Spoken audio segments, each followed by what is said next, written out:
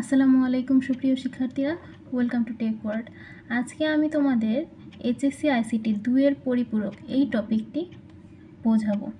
তো তাহলে চলো শুরু করা যাক দেরি না করে। দেখো এখানে একটি কোশ্চেন আছে 26-এর 2-এর পরিপূরক গঠন।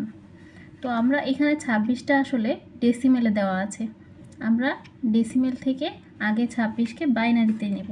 দেখো আমি 26 ডেসিমেল আছে, এটাকে যদি বাইনারিতে নেই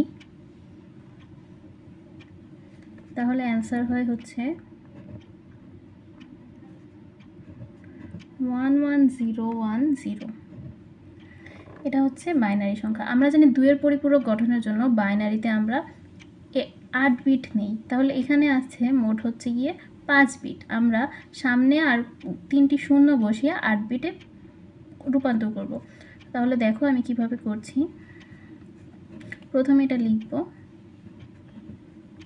তারপরে এই পাশ থেকে গুণে আসবো 1 2 3 4 5 6 7 8। ওকে, এবার আমরা 2-এর পরিপূরকের জন্য প্রথমে আমরা 1-এর পরিপূরক বা ওয়ান্স কমপ্লিমেন্ট করব।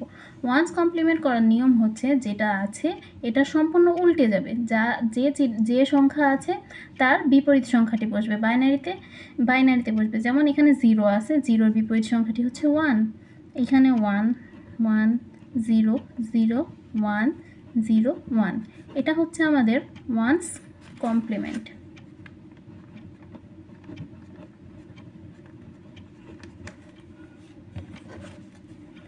তো তারপরে আমরা এটা থেকে এবার 2-এর পরিপূরক বের করব। 2-এর পরিপূরক করার জন্য আমাদের এই ওয়ান্স কমপ্লিমেন্ট মানে 1-এর পরিপূরকের সাথে একটা 1 যোগ করতে হবে। আমরা বাইনারি যোগ আশা করি সবাই পারি।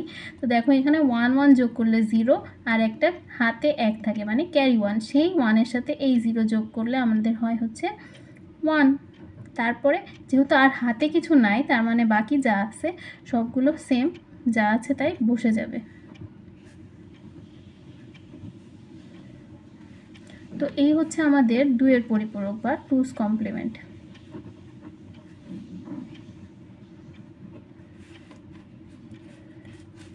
তো ভিডিওটা ভালো লাগলে অবশ্যই লাইক করবে এবং কমেন্ট করে জানাবে কোথাও কোনো সমস্যা থাকলে। ধন্যবাদ সবাইকে।